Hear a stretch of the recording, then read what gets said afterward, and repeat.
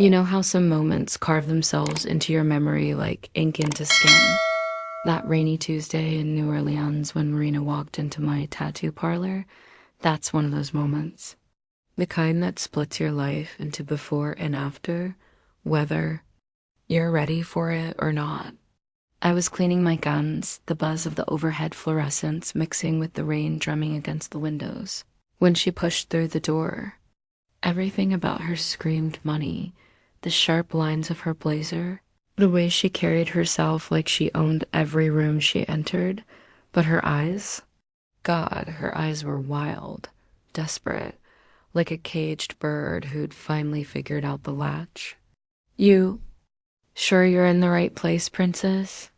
I asked, not looking up from my equipment. This isn't the kind of shop where people get tiny hearts behind their ears. She laughed, the sharp, bitter sound that made me finally lift my head. That's when I saw her properly. Auburn hair falling in waves past her shoulders, green eyes that seemed to see right through me, and this way of standing like she was preparing for battle. I want a phoenix, she said, sliding a sketch across my counter. Her fingers were trembling barely, but I noticed. Right here. She traced her collarbone, and I swear the air in the room shifted, big enough that my parents choke when they see it. I picked up the sketch. It was beautiful, detailed, fierce, with wings that seemed to move even on paper. But it wasn't the drawing that got me. It was the way she was looking at me, like I held the match that could burn her whole world down. I should have said no. Should have sent her to some bougie artist uptown who wouldn't ask questions, who wouldn't care about the story behind the ink. But something in her expression, this mix of vulnerability and determination, hooked me completely. All right, I said, setting the sketch down. But first, you're going to tell me why you really want this. She sat in my chair, and for the next hour, as I prepped her skin and set up my station, she told me everything. How her parents had mapped out her entire life before she could even walk. Private schools, the right friends, the right internships. At their law firm. How they'd already chosen her husband some finance bro named Richard with the personality of a spreadsheet and the sex appeal of tax forms. I'm 25, she said, wincing slightly as I began the outline. 25. And I've never made a single decision that was truly mine. Until now. The phoenix took 4 hours. 4 hours of her skin warming under my touch, of watching her bite her lip against the pain, of feeling something electric pass between us every time our eyes met. When I finally finished, she stood in front of my mirror, staring at the fierce bird spreading its wings across her collarbone. It's perfect, she whispered. Then she turned to me, and I saw tears in her eyes. Thank you for giving me my first real choice. I told myself it was just another client, just another piece of art on another body. But as she walked out into the rain, I knew I was lying. 3 weeks later, she was back. Not for another tattoo, for something much more dangerous. I have a proposition, she said, sliding into the chair across from my desk like she owned the place. And before you say anything, hear me out. I leaned back, studying her face. She was different now, more confident, like the phoenix had given her some kind of power. I'm listening. My parents are threatening to cut me off completely if I don't marry Richard by Christmas. And your mother, how do you know about my mother? She smiled, and it was wicked. I may have done some research. Your mother's been asking when you're going to settle down, right? Making comments about grandchildren? I groaned. Mom had been on wife number 3 of her. Why aren't you married yet? Campaign, and it was getting unbearable. What are you getting at? Fake marriage, she said simply. 6 months, maybe a year, long enough to get them off our backs. You get a wife. I get my freedom. Everyone wins. I stared at her. You're insane. I'm desperate. She leaned forward, and I caught a glimpse of the phoenix peeking out from her blouse. Look, I know it sounds crazy, but think about it. No more blind dates your mother sets up. No more lectures about dying alone. And I get to keep my trust. Fund while I figure out what I actually want to do with my life. The logical part of my brain was screaming that this was a terrible idea. The other part, the part that had been thinking about her green eyes for 3 weeks, was already calculating how we'd pull it off. What would the rules be? I heard myself asking. Simple. No real feelings, no crossing lines.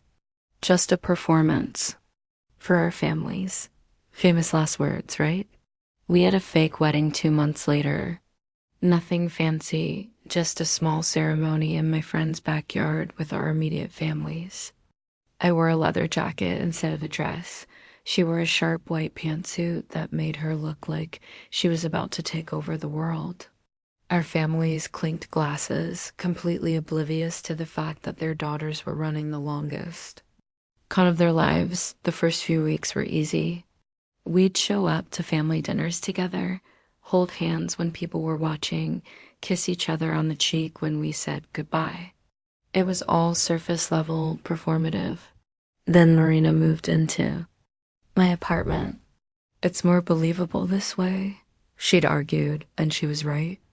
But having her there, seeing her morning routine, watching her curl up on my couch with her laptop, sharing late night whiskey and stories, that's when things got complicated. The first time she slid her hand around my waist at dinner, her thumb brushing the spot where her phoenix lived, I nearly choked on my wine. The casual intimacy of it, the way she fit against my side like she belonged there, it was intoxicating. You're good at this, I whispered as we walked to the car afterward. At what? Making it look real. She stopped walking, turned to face me under the streetlight. Who says I'm acting?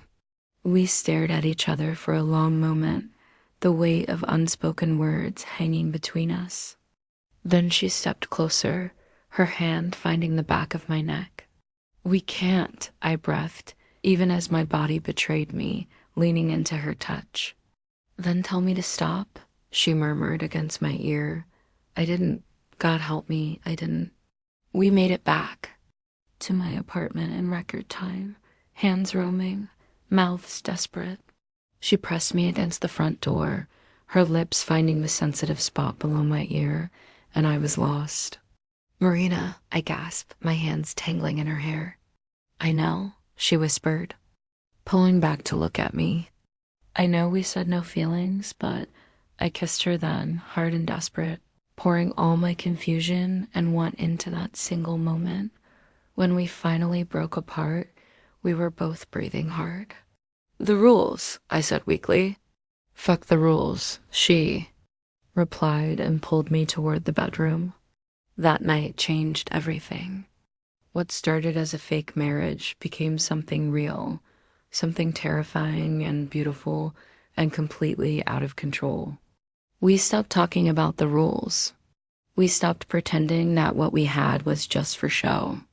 For 3 months we existed in this perfect bubble. I'd wake up with her curled against me, her hair spread across my pillow. She'd make coffee while I showered, leaving little notes in my lunch bag. We'd fight about stupid things, who left dishes in the sink, whether to watch her period dramas or my horror movies, and make up in ways that left us both breathless. I started to believe that maybe, just maybe, we could make this work. That what had started as a lie could become the most honest thing in either of our lives. Then the job offer came. I came home one evening to find Marina sitting at our kitchen table, staring at a letter like it might bite her. Her face was pale, her hands shaking. What is it? I asked, settling into the chair across from her. Job offer, she said quietly. Art curator position at the Musée d'Orsay. 6 months with possibility of extension. My heart stopped. Paris, Paris. She looked up at me and I saw my own devastation reflected in her eyes. It's everything I've ever wanted professionally. The kind of opportunity that comes once in a lifetime. But I'd have to leave in 2 weeks. The silence stretched between us, heavy with everything we weren't saying. I wanted to beg her to stay.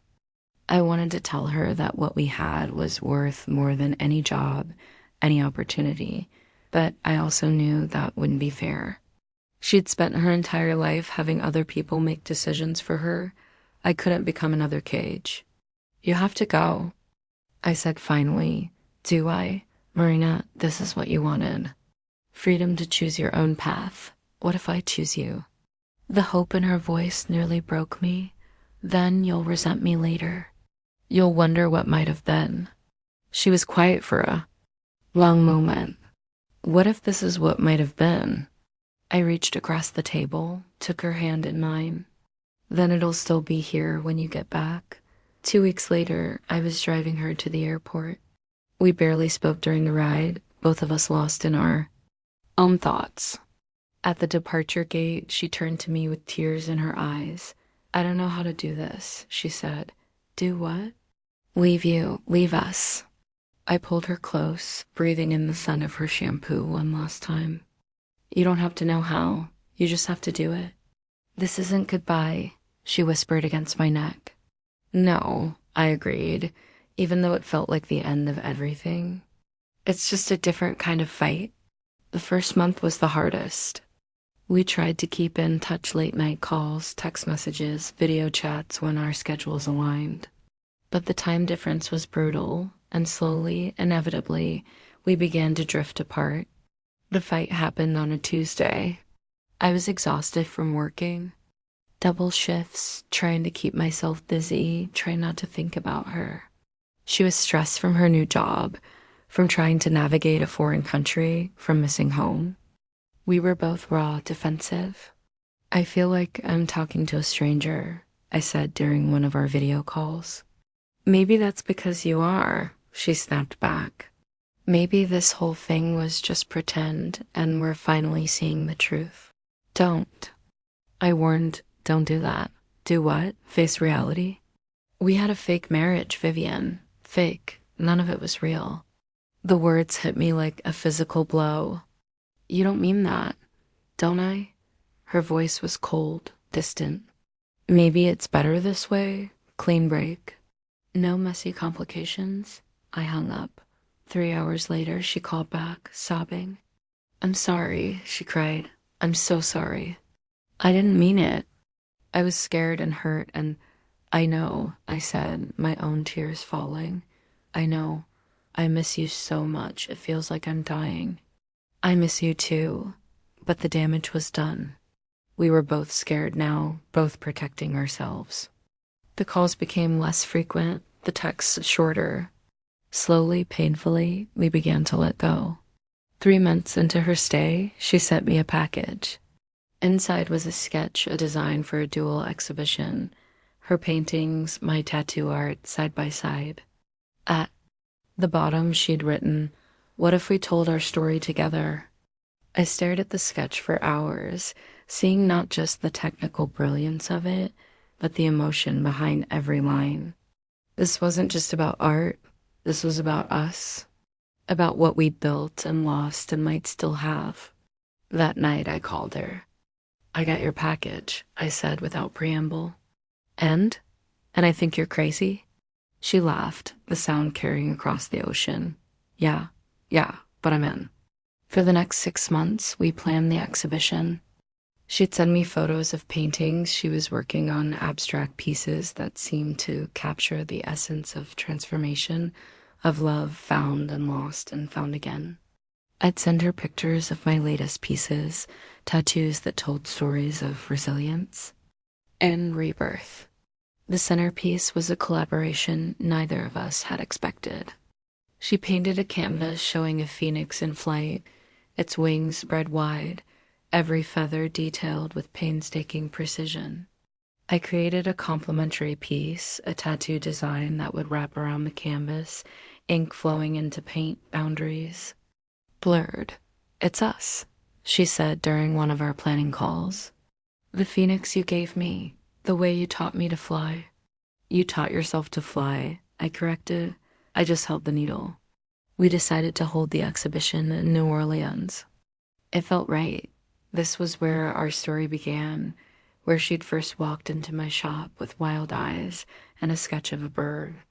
We called it Unbound because that's what we both were now, free from the expectations that had shaped our lives, free to choose our own paths. The opening night was electric.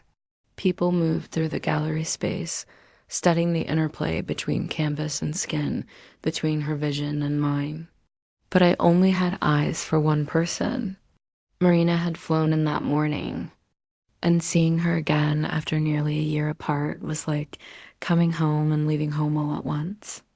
She looked different, more confident, more herself. Paris had been good to her. Nervous? She asked, appearing at my elbow as I watched a critic examine one of our pieces.